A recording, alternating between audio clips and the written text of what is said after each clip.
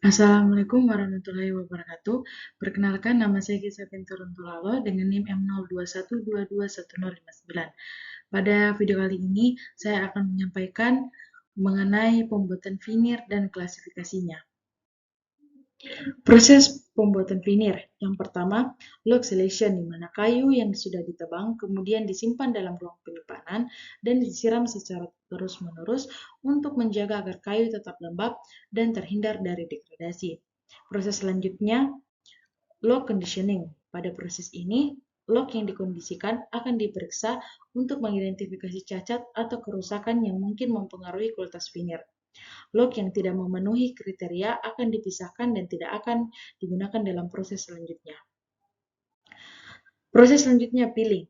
Proses ini dapat dilakukan dengan metode rotary dan slicing, di mana metode rotary melibatkan pemutaran log pada mesin pengupas untuk menghasilkan lembaran vinir yang kontinu, sedangkan peeling pengupasan yang dilakukan secara horizontal menghasilkan vinir dengan ketebalan lebih tipis dan menghasilkan lembaran vinir yang lebih berkualitas.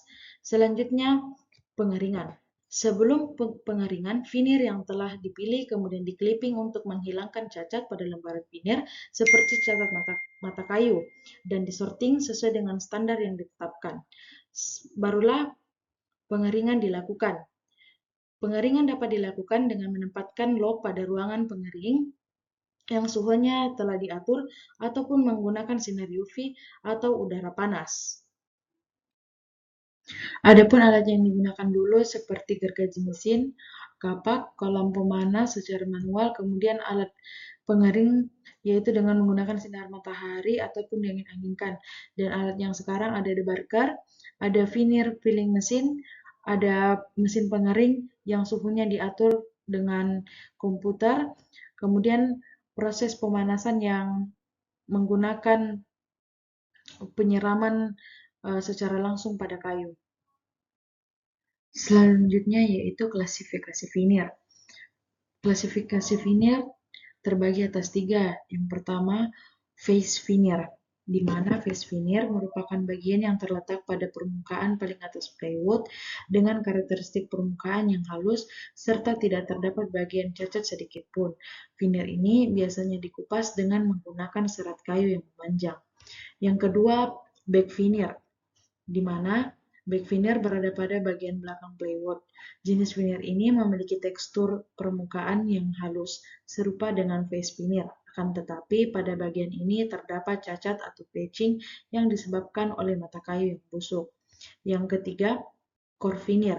Core vinir terbagi atas 2, yaitu short dan long vinir.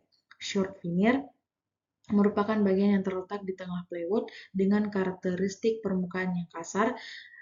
Kemudian vinir jenis ini juga biasanya dikupas dengan serat kayu melebar dan di dalamnya terdapat mata kayu yang busuk yang nantinya akan di-patching dengan vinir yang utuh.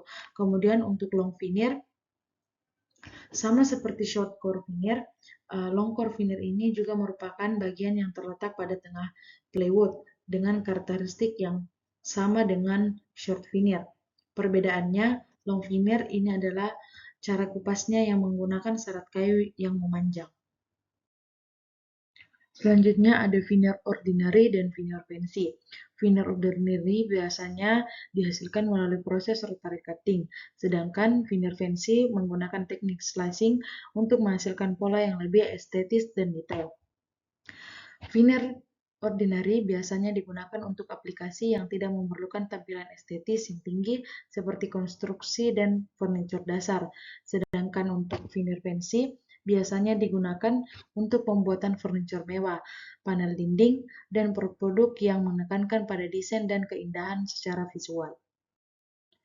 Penggunaan vinir secara umum dapat digunakan sebagai panel dinding, kemudian pelapis furniture pada meja, kursi, ataupun lemari, kemudian dapat digunakan sebagai lapisan atas pada lantai, dan dapat digunakan pada alat musik seperti gitar dan piano, serta dapat digunakan dalam desain arsitektur seperti panel fasad.